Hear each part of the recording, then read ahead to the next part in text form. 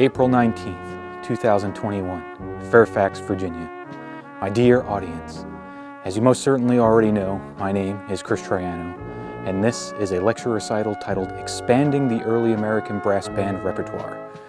This presentation accompanies my dissertation, which is titled From Antiquity to Academia, a history of early American brass bands and a way forward for their adaptation within institutions of higher learning. The song you are currently listening to is a beautiful piece of music that has the power to bring audiences to tears. It can entice listeners to reminisce about their past and remember far-off memories. And it can somehow conjure mental images of grassy fields and rolling pastures with its sweet, folk-like melody. A Shokin farewell for many reminds them of the American Civil War, a war which was fought between the years of 1861 and 1865. This connection is made primarily because it served as the main theme song for Ken Burns' 1990 documentary miniseries, The Civil War. This piece of music, however, was not written during the Civil War. It was instead written in 1982 by musician Jay Ungar and was inspired by the sorrow and loss he felt when saying goodbye to his annual summer camp in New York. Does this make the connection many associate with the Shokin farewell and the Civil War incorrect? What music is appropriate for it to be an authentic performance? How does this concept apply to the repertoire of Civil War reenactment brass bands and other early American brass bands? Throughout this lecture recital, we will explore these questions by examining different pieces of music from different sources and by contextualizing them through different lenses of authentic performance. In regard to this piece, A Shokin Farewell, I believe that the connection it has developed over time to the Civil War makes it appropriate to perform in certain situations as a part of the Civil War repertoire, despite its lack of historical authenticity. The connection and sentimentality it conjures is akin to period ballads sung during the war, making this piece spiritually appropriate, or as we will later discuss, what I call aesthetically authentic. I hope you enjoy the rest of the performance. Sincerely yours, Chris Troiano.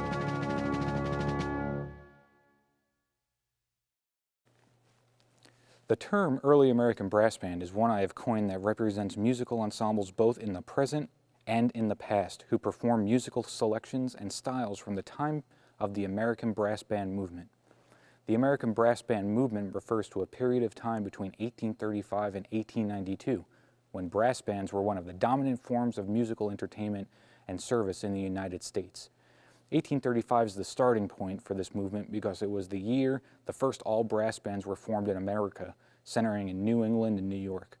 I chose 1892 as an ending year for the movement because it marks the death of famed band leader Patrick Sarsfield Gilmore, as well as marks the formation and beginning of John Philip Sousa's professional civilian concert band. This ending year can be debated, however, since many brass bands continued to perform well into the 20th century and mixed instrumentation concert bands were popular well before 1892.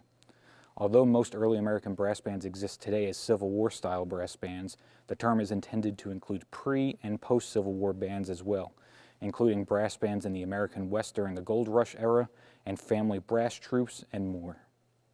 Keeping in mind that early American brass bands can refer to both historical and contemporary groups, the qualifier early American is intended to differentiate the ensemble type from other brass bands such as New Orleans brass bands and British brass bands.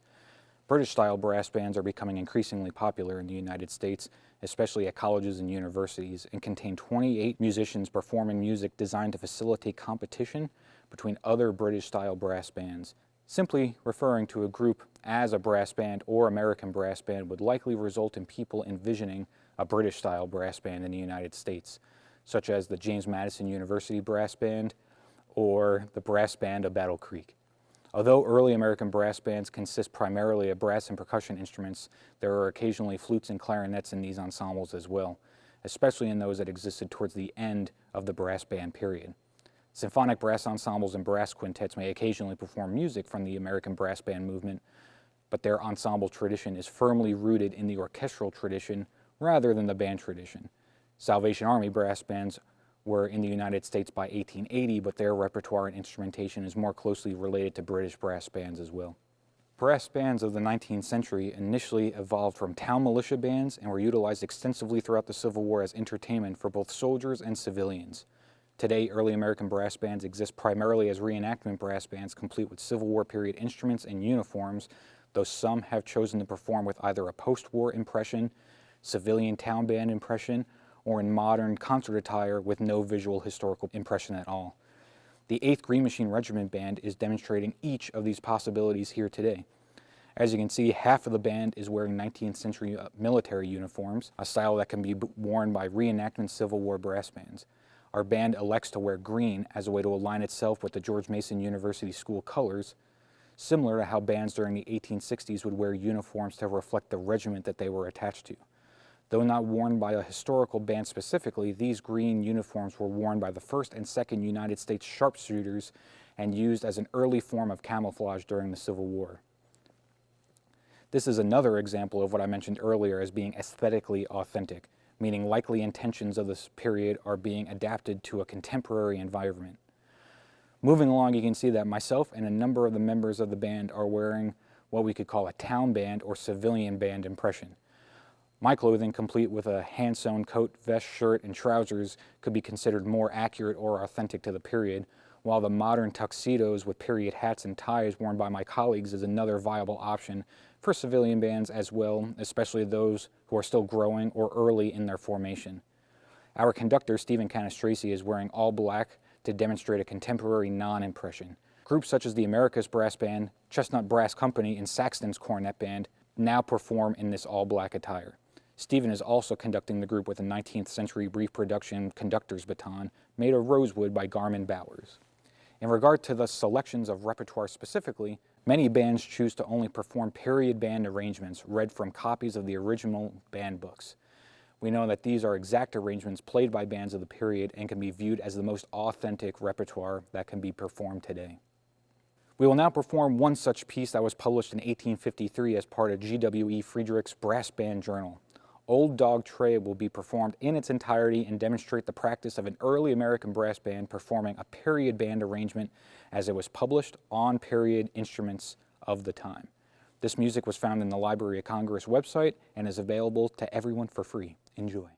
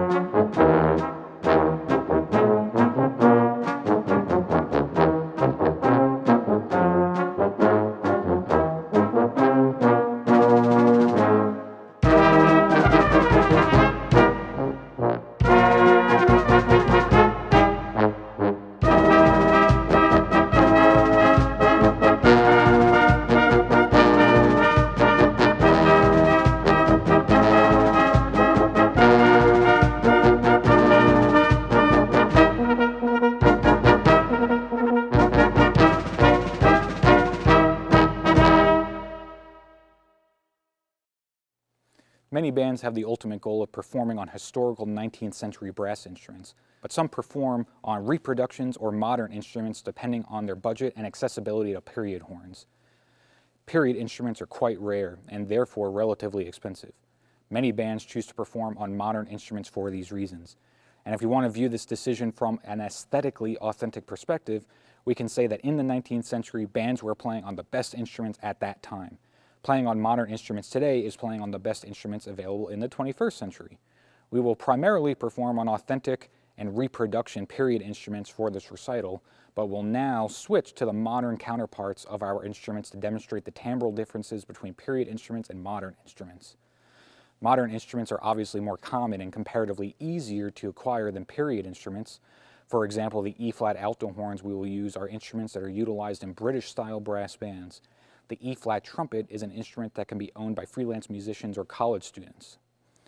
Both of these instruments are more easily obtainable than period instruments and offer bands the opportunity to perform 19th century brass band repertoire without needing to transpose the music or sacrifice the voicing.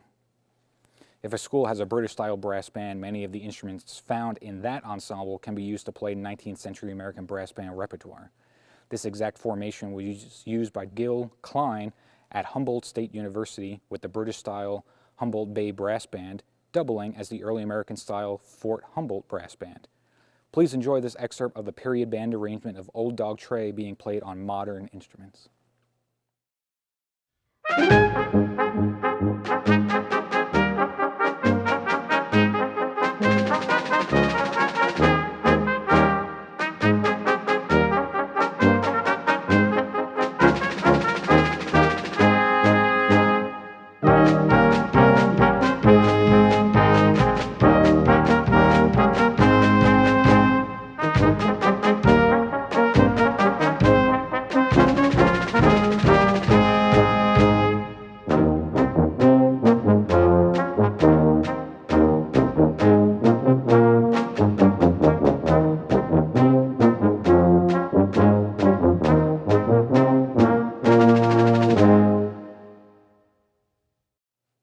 If musicians don't have the modern counterparts to the period brass instruments commonly used by early American brass bands, such as E-flat altos and E-flat trumpets or cornets, they may use the most common brass instruments found in the American concert band and traditional brass quintets. This upcoming arrangement of Old Dog Tray was written by Randy Cable and is transposed down a perfect fourth to allow for B-flat trumpets to play the highest soprano voice comfortably. Mr. Cable also provides substitute parts for B-flat trumpet and horn in F. You will notice that this excerpt is performed on two B-flat trumpets, horn in F, trombone, and tuba, or also known as a traditional brass quintet found in most music programs. Enjoy.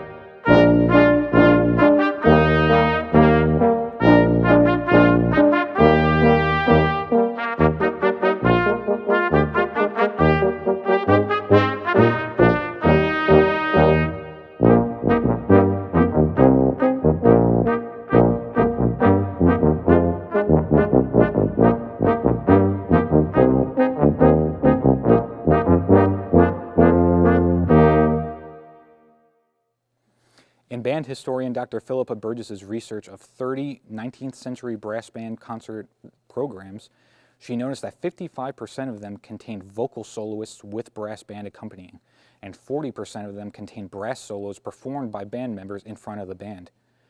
Brass bands would frequently feature their most accomplished musicians as soloists, which would usually be the lead E-flat soprano players. Most formally trained brass musicians during the 19th century learned cornet, while the other instruments were picked up by amateurs and learned on the job. However, there are instances of other strong players and instrumentalists being featured in concerts at the time as well. I will now perform one such piece. This arrangement of air from Mozart's The Magic Flute was published in the mid-19th century for brass band and baritone soloist. We are once again using our period instruments and reading the music off of the original score published in the 1870s. Enjoy.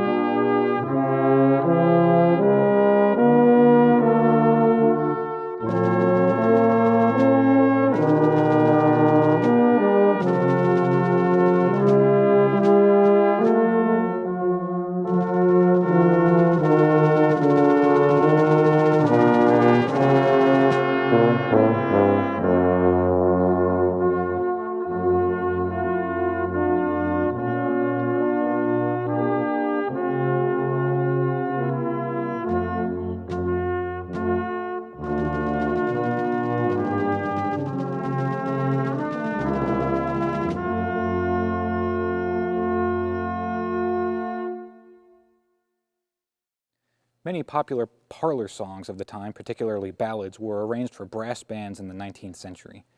Again, referencing Dr. Burgess's research, 95% of the brass band programs she surveyed contained arrangements of at least one sentimental ballad. However, not all popular ballads from the period have band arrangements that have survived to today. One of these examples is The Vacant Chair by George F. Root.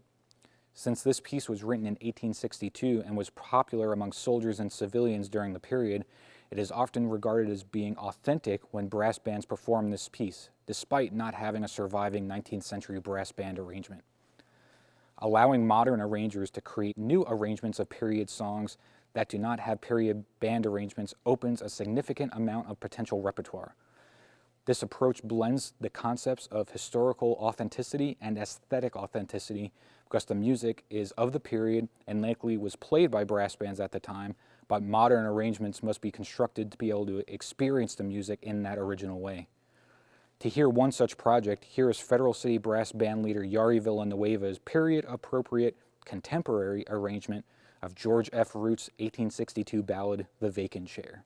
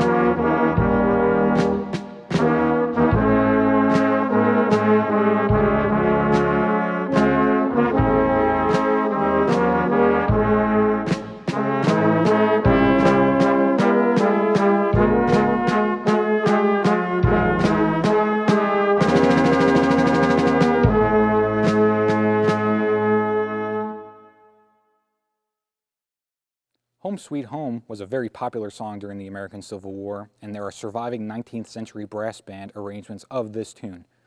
In 1878, John Hartman wrote a theme and variations for solo cornet in A with piano accompaniment based on the popular ballad Home Sweet Home. John Hartman was a Prussian composer and brass bandsman during the 19th century who wrote countless brass band arrangements, as well as brass solos with piano accompaniment. Knowing that Hartman played in brass bands as a cornetist and wrote for brass bands, it is possible that a brass band arrangement of this theme and variations for cornet and piano existed in the late 1800s. I will now perform an arrangement that I made of his variations on Home Sweet Home, which I orchestrated for an early American brass band. I used the original piano score to orchestrate the piece in a period style, but I elected to transpose the piece up to E flat major from the original key of D major to maintain the fingering pattern originally intended for cornet in A. As we did with the vacant chair, orchestrating brass solos with piano by notable band composers for brass bands would expand the possible repertoire significantly. Enjoy.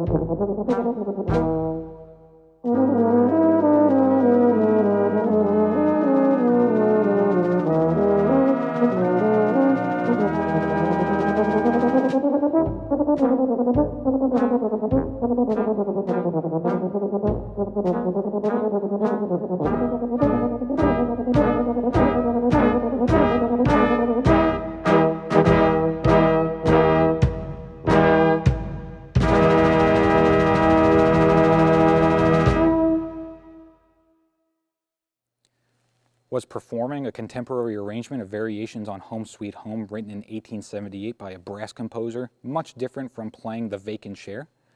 Both pieces originated in the 19th century and were arranged in the 21st century for early American brass bands to perform. Both pieces are authentic, but at the same time the arrangements are not. As you can see, authenticity exists on a spectrum, and yet it can also never be truly achieved.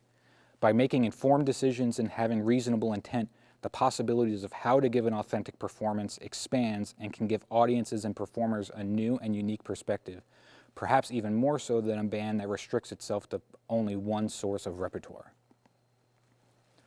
Before the age of recorded music, families would listen to live music, brass bands, quadrille orchestras, minstrel bands, operas, family singers, etc. But if they enjoyed a piece and wanted to continue to hear it at home, they were out of luck. That is, if a piano reduction of the piece didn't exist. Many composers, arrangers, and publishers produce piano reductions of popular ensemble pieces so that they could be performed and enjoyed at home in the family parlor. Many of those piano reductions still exist and can be orchestrated for early American brass bands adhering to period arrangement techniques. We will now perform one of those re-orchestrations I made for you now. The original heading of this piano reduction read, "As performed with unbounded applause by E. Kendall at the Boston Brass Band's concert." This piece was performed by Ned Kendall on keyed bugle in the 1830s in front of brass bands, but an arrangement won't appear in original 19th century band books. Is this brass band music doomed to remain trapped as a piano piece? Not today. Enjoy Bugle Waltz.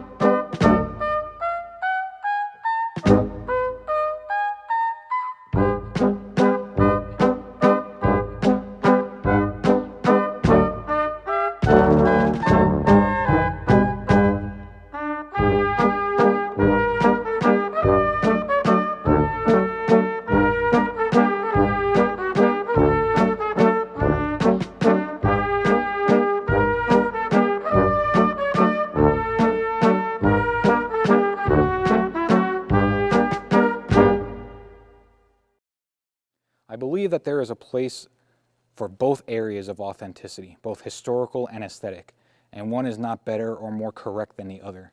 Much like the spectrum of authenticity, bands will often move fluidly between being historically authentic and aesthetically authentic.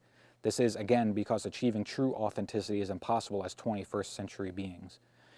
We can get close, and we can learn a lot from trying, but we must never forget that contemporary brass bands performing 19th century music are not just reflections of the past, but tools of the present that can help us understand our own American band tradition and help shape its future. Is there a place for newly composed music in early American brass band performances? I would argue that newly composed music in a period style is a form of being aesthetically authentic. You as a listener have already heard that many of the selections that we performed so far were written in the 19th century, but many were arrangements that were written much more recently. These arrangements blur the line between period music and new music, historically authentic and aesthetically authentic. It is generally regarded that as long as the aesthetic of an early American brass band repertoire is maintained and that it has an anchor in the 19th century, it is acceptable. But what about original compositions inspired by the time period, style, and aesthetic? We know that in college music theory classes, students are taught to compose original chorales and fugues in the style of Johann Sebastian Bach. So what if students were taught to write quicksteps or waltzes in the style of Claudio Grafula or ballads in the style of George Frederick Root? What if those traditional styles are mixed with a contemporary compositional voice? One of the pieces we will use to demonstrate this new repertoire area is Butler's Blunders. Butler's Blunders was written in 2019 by Mason alumnus Anthony O'Toole and was updated for the 8th Green Machine Regiment Band in 2021. In this piece, O'Toole mixes his love for history and his own unique compositional style. See if you can hear the nods to both musical periods in this premiere performance of Anthony O'Toole's Butler's Blunders.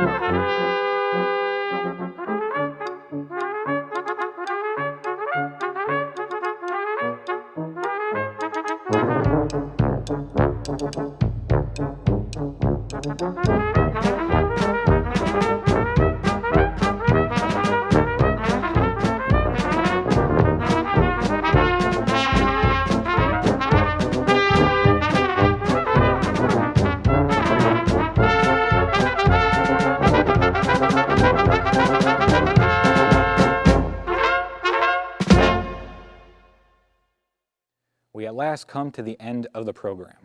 I want to thank all of you for taking the time to listen to my presentation, which is a culmination of years of research and music making here at George Mason University.